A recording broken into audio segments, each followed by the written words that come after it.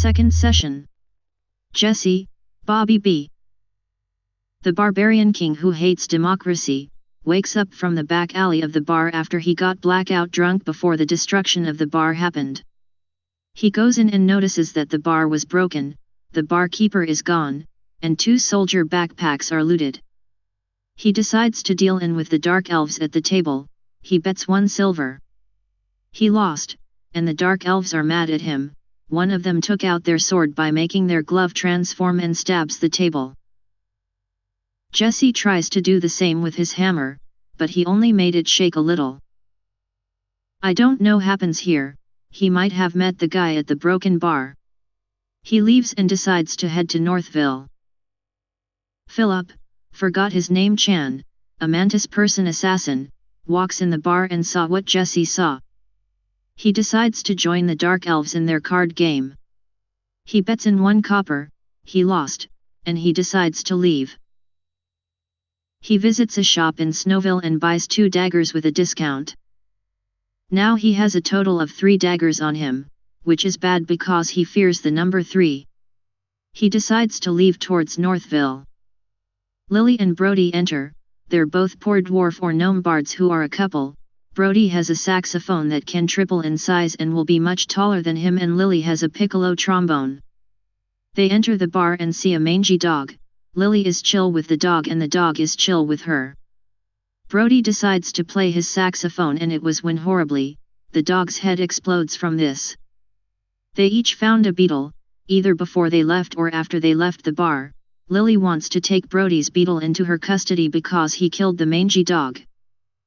She fails to get his beetle into her custody and he can keep it. They walk towards an alley and sees hundreds of dogs. Brody decides to play his instrument and exploded all their heads except for 1. The dog lunges at them, one of them took damage and I don't know what happened after that. Lily is traumatized after that and decides to sleep in the alley where the dogs died. Brody just sits down next to her. Ryan, Bridger, and I are almost to the fish people village, but a portal appears, and a demon comes out and snatches Bridger, taking him into a pocket dimension or something. Ryan and I reach the village and the elder told us about the horrible catfish man. He is about 3 feet taller than CJ, he has long black arms used to snatch up lost children, catfishing abilities which makes him act and look like the lost children's mother to lure them to him.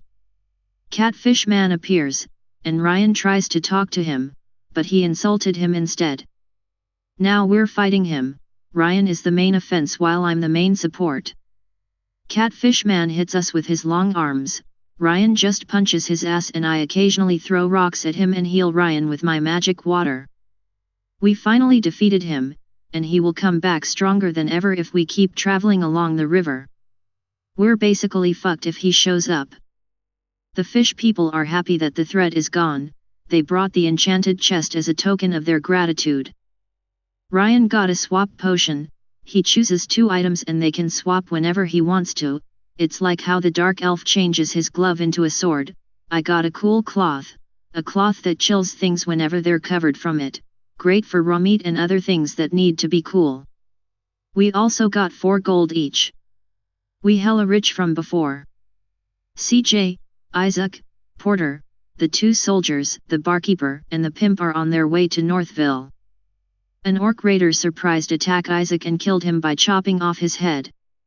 Isaac's followers are traumatized from this and they also got surprised by more orc raiders.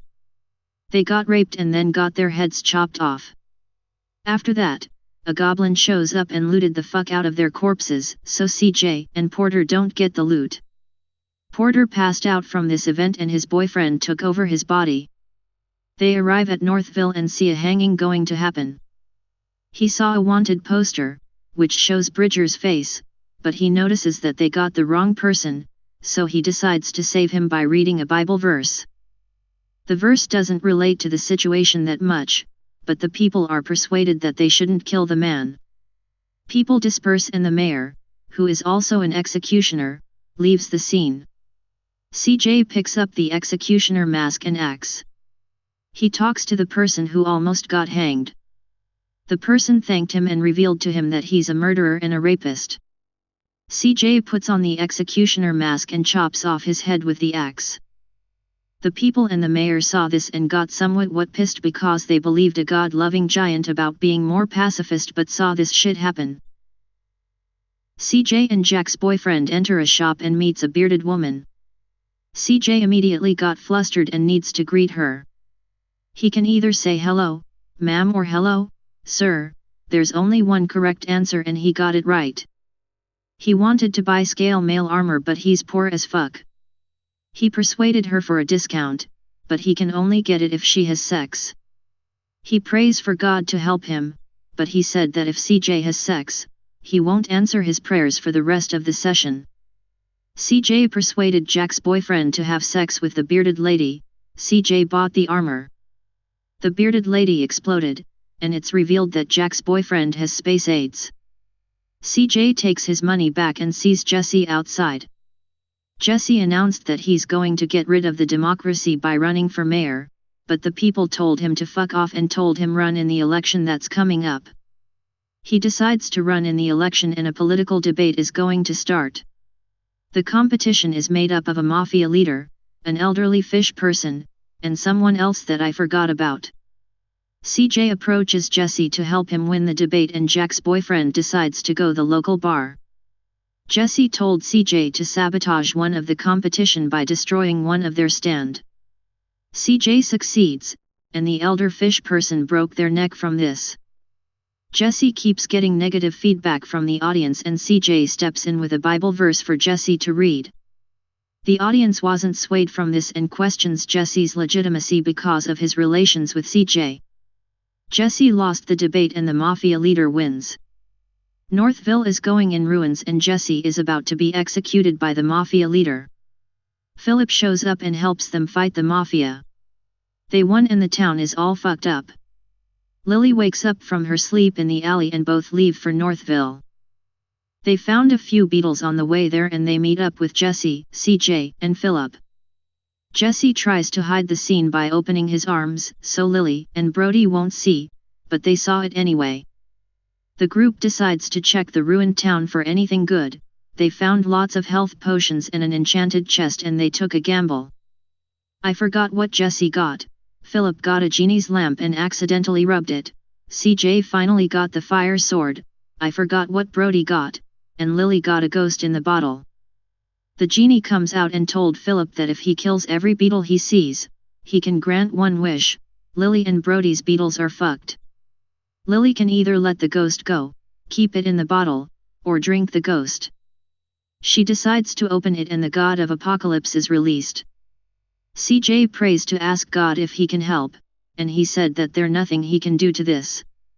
The evil god thanks Lily for fucking up the world and leaves.